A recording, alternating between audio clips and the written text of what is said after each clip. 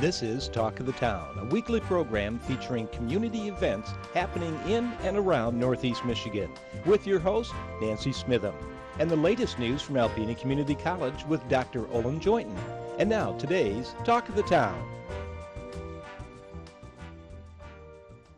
Good morning and welcome to Talk of the Town. I'm Nancy Smithem. My first guest today is Stacy Todd, who is the Executive Director of Habitat for Humanity. Hi, Stacy. Good morning. How are you? Great. I'm so happy to have you here because you're the new Director for Habitat for Humanity and we've not had a chance to talk to you. Right. So tell us where we are with Habitat for Humanity and what's going on. Oh my goodness, there's so many fun things going on. I am new to the position, new to the area. But it can't be more exciting and more fun to be a part of not only Alpena but Habitat as well. We've got some projects going on right now. We've got a couple of new constructions being finished. They should close on their homes, on their mortgages this month. Yay! So that's very exciting. We also have done several different service projects within the area too. So involving different volunteer organizations, if you will, or companies. We worked with the US 23 South Corridor beautification project, and we were able to bring in 72 is the number, 72 US Air Force personnel. Wow. So we did a big project down there on US 23, a couple of different houses. We scraped and painted the whole outside, and we finished that up just recently on Columbus Day with volunteers from Chemical Bank. Perfect. So that was very exciting to be a part of that and see it finalize and come to fruition, as well as work with, the base here in town, as well as Chemical Bank. Another thing that we've done recently on World Habitat Day, we worked with the Sunrise Mission and created a playground setting for the kids and families that happen to go through that. And it was a perfectly miserable day. It was raining and it was cold. I pulled up there and saw it, but everyone was out there working and laughing and talking, and I haven't been there to see how it looks. How does it look? Oh, it's amazing. I can't wait to play on it myself. Oh, yay. I know it was really starting to take shape when I was there, and it looked really great. Right. It started out a very cold day, very rainy and icky. By the end of that day, it cleared up a bit. Wasn't perfect, but it cleared up a bit. And yes, we had a lot of involvement, a lot of fun that day, but we finished it up the following consecutive 2 days. So. And one thing I really like about Habitat is you're wonderful about going out in the community and doing projects and things. You're out there asking for volunteers and for financial assistance, so it's wonderful that you give back to the community that's supporting you. Absolutely. I'm all about the community anyway, and I like to do things and help people, and being at the steering wheel, if you will, of Habitat, it just is such a great blessing to go out and be a part of different things in the community. We've got a bunch of different ramp projects as well that are going on, both here in Alpena and Alcona County. Okay. So it's really, really exciting. But yes, you mentioned donations. Donations are really important. We've just had a article or a little ad, if you will, in the local newspaper requesting donations for the Restore. The Restore is a very big part of Habitat, and the donations there don't just help run the Restore.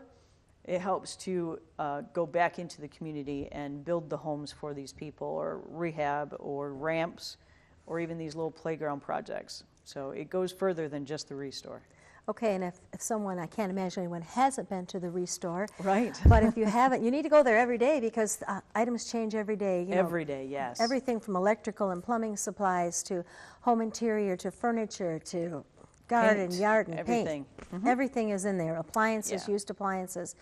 And, come on in, check it out. Like you said, the money goes right back into our community and helps build houses and rehabs houses for people. And also volunteers. Volunteers are very important for you. Very, very important, because we could have all the money that there is out there and all the donations, but we can't put it into action without those hands and feet of locals from the community, anybody that wants to help and volunteer.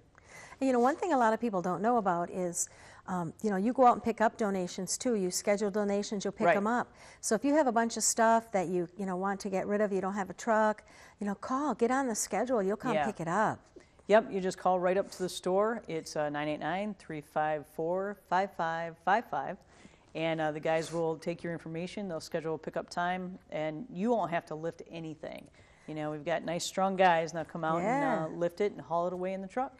And the deconstruction part of it too, if you have a bunch of cupboards, you're getting a new kitchen cupboards, Right. you'll come out and take them out of your house rather than paying someone to do it. Have Habitat come out and then you sell them. And kitchen cabinets, enough. bathroom cabinets, sinks, and all those wonderful things sell really quickly, a really important part of a fundraiser for you folks. Yes, absolutely. So any type of remodeling that might be going on, even carpet remnants sometimes they'll take and they'll turn right around. I mean, you can hardly find them in the store because they turn around so fast.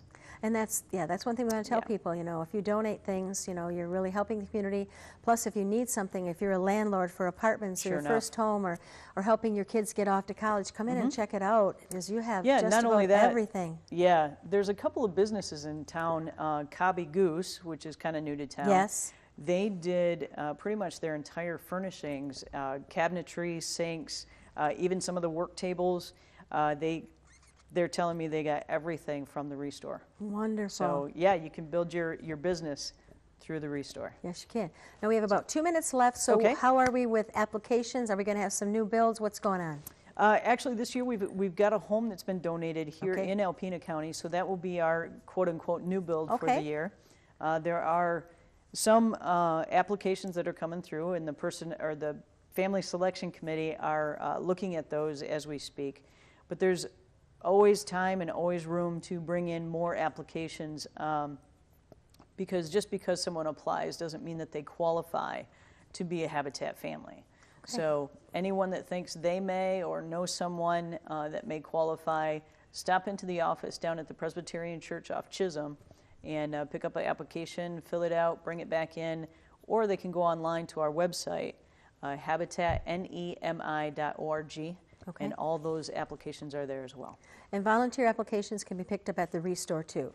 Yes. Yep. Anywhere you think you might want to volunteer, anywhere that says Habitat, pick up an application. You know, there's office, there's fundraising, there's deconstruction, there's working in the store. Yes. There's so a lot many of different things. ways that people can help. Yep. And even if there's not something going right now, please still fill out the volunteer application and information, because we need to build that database so that when there is something that's in the brewing, which there always is, we can contact you or them and have a group of volunteers available. Okay, we're out of time. I want to thank you very much for being here, and welcome to Alpena, and we look forward to hearing, you know, wonderful news about Habitat. Yes, you will, I promise. Okay, thank you. All right, thank you. I'll be right back with some information about the upcoming Athena Awards following these messages. Hi, welcome back. My last guest today is Penny Boldrey, and she's here today to tell us about the upcoming Athena Award presentation. Hi, Penny. Good morning, Nancy. How are you? Good. Now, your real job is you work at the at Alpena Community College on the Development Council. The foundation, which is the fundraising arm of the college. Okay, and that's a very important arm of the college. It is. It's wonderful. We raise dollars for students and capital projects, programs, and departments. And I work for a nonprofit board, which is separate completely from the college board. And you're just wrapping up a campaign, a capital campaign. Still time for people out there listening to donate. Give you a call. Absolutely. We are constructing a new electrical power technology center on ACC's campus for our UTT students. We were raising $5 million, and we have about $200,000 left before we can make this project a reality for our students. And it's going to be so wonderful. It's going to bring people to our community. It's going to create jobs. It's a great and a wonderful thing, and we need it. Absolutely. But today you want to talk about the Athena Award. I do. I'm excited to share that our upcoming Athena program will be on Wednesday, November 6th at the Sanctuary Inn. And the thing is, every year there's like 3 people who are nominated, and they're all so spectacular. They should all win this Athena Award. So how is the selection committee? How do you do that? Well, it's all done secretive, that we have judges who serve on a panel, and they review the applicants, the nominees, make their selection, and only one person will know the answer, and that will be revealed the day of the luncheon on November 6th. And it's a wonderful luncheon. It's held at the Sanctuary Inn every year, Greek theme, a wonderful event. And it highlights women in our community, but by no means are men not welcome to come to this luncheon. Oh, absolutely. And men can also, and have been Athena nominees and recipients. Last year, Steve Hammond was one of our male recipients. So it really recognizes individuals for their professional accomplishments, their community service, and for helping women attain leadership roles and helping mentor women. Okay, and how long has this award been going on in Alpena? In Alpena since 1995, the Zonta Club of Alpena brought the award program to our community, and I'm sure you remember Betty Kruger. She was our first recipient. Yes, I do remember very well. And I was a former nominee myself, and I know what an honor it is. I know how nerve-wracking it is, and I know but yes, it's wonderful. It is, you know, and I think just recognizing individuals who are just outstanding within our community. We have a community full of them. Oh, we do. And since the inception of the program here in Alpena, 79 individuals have been recognized for their accomplishments. So, you know, that in itself is recognition enough. And who are our nominees this year? Well, this year our nominees are Nancy Monti, who is the CEO at Besser Credit Union. We have Elaine Orr, who works at Alpena Power Company. And our third nominee is Diane Spear. So 3 great people again. Absolutely. It'll be, you know, I'm sure it was very difficult for the judges to review those applications and make their selections. When you think of the people who have won and you think back of the nominees, you know, Alpena is a town, and as you said, men, but mostly women are nominated, with strong women who are out in the forefront doing wonderful things in their community. Absolutely. And I'm really glad that the Athena Award is there to nominate them and to have a winner every year. And this year we have our keynote speaker. She's a former Alpena resident, Terry Liss-Stoll, and Terry is Senior Vice President of Kraft Foods and will be assuming the role of Chief Financial Officer in January. And so it's wonderful when you can see a local individual and a woman who has done just an amazing job, and especially in the world of finance where you don't have women at the leadership roles. So where are tickets available? Tickets are available at the Chamber of Commerce, and they are open from 8 to 5, and you can also call the Chamber. And I would advise people getting those in advance because they won't be available the day of the luncheon. And they do sell out. They do, and it's $20. You get an amazing lunch, and we'll have the opportunity to see the new recipient of the 2013 award and listen to a wonderful keynote speaker. Okay. All right, so let's go back to your Zonta Club. What's happening with your Zonta Club? Well, we just finished wrapping up our Zonta Walks for Women event, which is our annual breast cancer awareness walk. That took place on October 5th. And even though it rained, we had over 600 individuals turn out that day, about 115 runners, and right now it looks like we've netted about $29,000. That's amazing. It is. It is just so wonderful for the women in our community. All of the money raised locally stays locally and will be donated to the Mammography Subsidy Fund at the hospital. Yay. Yes. Since the inception, I have to tell you, I want to brag, since 2007, we have provided 1,798 women with mammograms who otherwise would not have had one. I know we've saved a life in there. You have. Early detection is the key. It is, especially with this being Breast Cancer Awareness Month. We should be aware all of the months out of the year, not just October when we're thinking pink. My favorite part about the walk is when everybody leaves the building and you go outside and you just see miles of pink. Everywhere you look, you see pink, pink, and it gives you goosebumps. It does. And it lets you know that our community is committed, as it is for just about everything, especially to help people with breast cancer awareness. Absolutely. Since the inception, we've raised $160,000 in 7 years in this community. And it's the result of lots of volunteers and area businesses who've been so supportive of our event and helping us advance our mission. And you have a wonderful Zonta Club, too. They're out and about. You're doing things, all the wonderful things for our community all the time. We do. And this year we'll be celebrating our 50th anniversary on November 23rd. Ooh, so we're looking for some special things coming up? Well, we're going to be doing a special activity with our club and promoting that. And we still have one charter member, Alice Silver. I don't know if you know Alice. Yes, I do know Alice. And she's like the Energizer Bunny in our club. She is. It's amazing. She has been a wonderful mentor for the rest of us. And, you know, to be in an organization, a service organization for 50 years is just a huge accomplishment. So we're going to, you know, give her a little extra recognition, even though she doesn't want it. Good.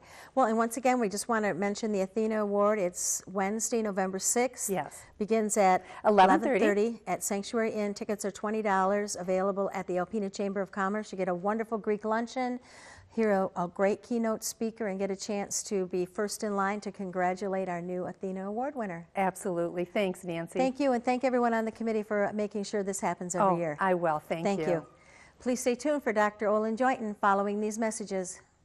Good morning, everyone, and welcome back to Talk of the Town. I'm Olin Joynton, president of Alpena Community College. My guests this morning, Mr. Sean Russo and Mr. Mark McFalda. Welcome to the show, gentlemen. Thanks for having us. Sure. Sean, what does WCCT stand for on your sweatshirt? WCCT stands for the World Center of Concrete Technology, and that's our building of study at Alpena Community College. That's right. Both of you are in the concrete technology program at the college. Let me continue with you, Sean. Now, where'd you grow up and go to high school? How'd you find your way to ACC? I grew up in Oscoda, Michigan. I went to Oscoda Area High School, class 2011. I found my way to Alpena Community College last fall, it would be. I'm currently a second year at the WCCT, and it offered a good education at a fair price with a very high job placement after graduation. Well, that's good. How did you hear about the program?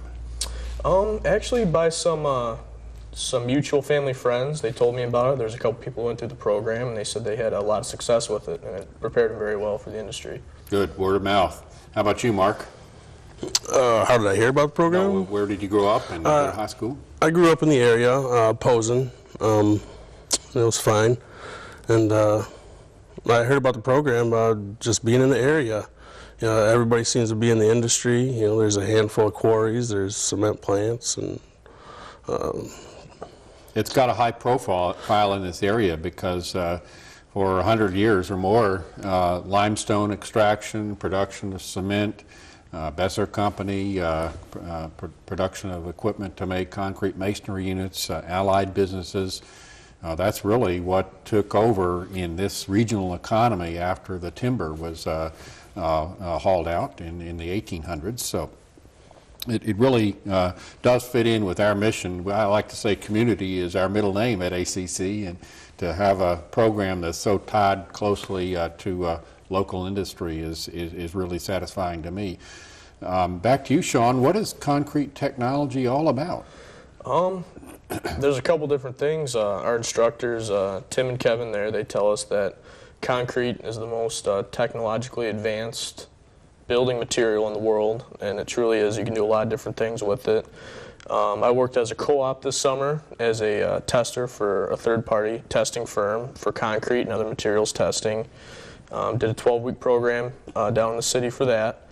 And you can go into testing, you can go into ready-mix manufacturing for the trucks that come and pour the concrete out.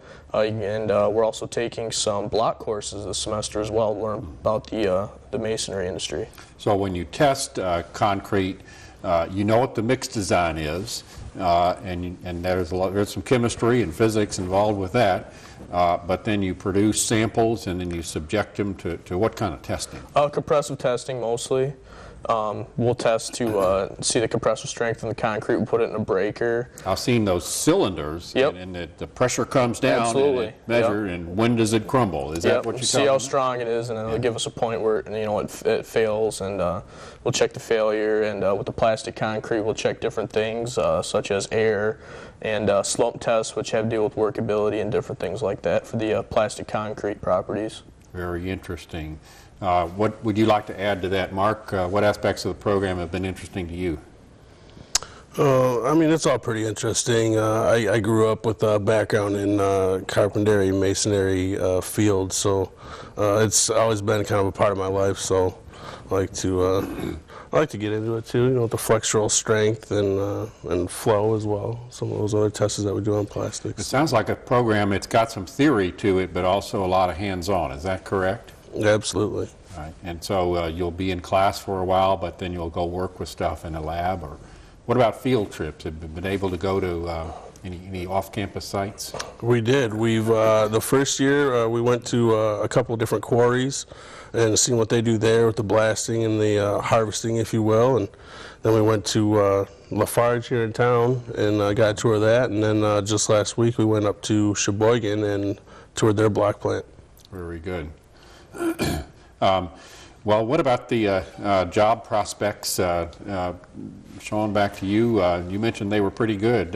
Would you elaborate on that a little bit, please? Absolutely. Tim and Kevin, those are the two main concrete instructors that I mentioned before. They do a very good job of actually looking for employment, and we actually have a job board right in our building that is there's not a square inch left on it at the end of the year. I have seen that. For co-ops, full-time opportunities, I mean, everyone that wants to be gainfully employed will be, if they have the right attitude, and coming from the knowledge you have from Alpena Community College, it's not very tough to find a full-time position, and we are in high demand as graduates of this program. Very good.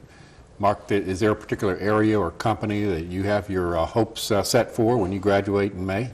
Sure, anywhere around this area. Like I said, there's a handful of quarries, there's cement plants, block plants, asphalt paving.